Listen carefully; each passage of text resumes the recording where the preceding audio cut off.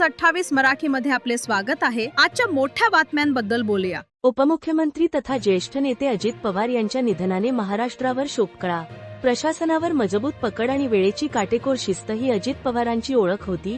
Doctor Neelam गोरे। उपमुख्यमंत्री तथा ज्येष्ठ व लोकप्रिय नेते माननीय अजितदादा पवार यांच्या आज सकाळी झालेल्या धक्कादायक निधनाने संपूर्ण महाराष्ट्रावर शोककळा पसरली आहे।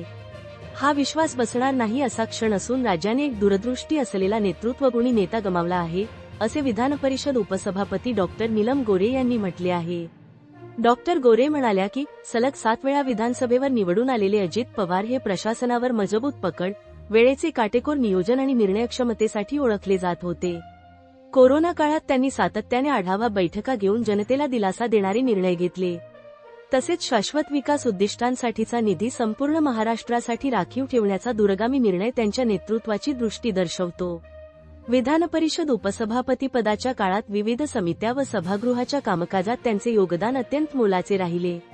त्यांच्या निधनामुळे सहकार, शेती व विकास क्षेत्रात मोठी पोकळी निर्माण झाली असल्याची भावना व्यक्त करत डॉक्टर गोरे यांनी शिवसेनेच्या वतीने भावपूर्ण श्रद्धांजली अर्पण केली।